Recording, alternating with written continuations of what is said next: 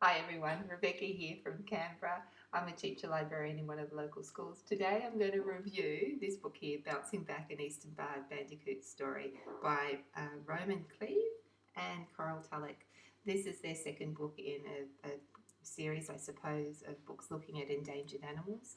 Their first one, I'm just trying to remember, is about the Lord Howe stick insects and how they were brought back from endangerment, I suppose is probably the best word to use.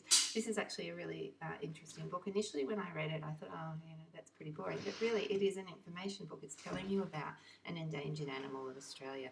And the kids that I've read it to actually have found it really fascinating. There are some really interesting facts about this little bandicoot. And in particular, one thing that I hadn't really ever thought about is how animals, even native animals, change their ways. And in this case, this little bandicoot couldn't, their habitat was destroyed by humans, so they had to survive, they had to change the way they did things, and they actually end up living in a garbage dump. At the moment, I think they're only found in Tasmania. I'm pretty sure that's what the book said, but they're bringing them back. The zoos are breeding them, and there are areas, I think, within Victoria that they're trying to bring them back.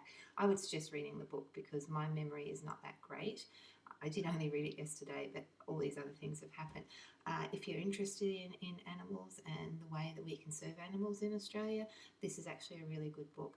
I know that the children that I read this to are really keen to go and learn some more. They are just completely fascinated about the fact that these little animals have a gestation period of 12 and a half days. So they get pregnant and then 12 and a half days later they have babies. Their babies are the size of a jelly bean.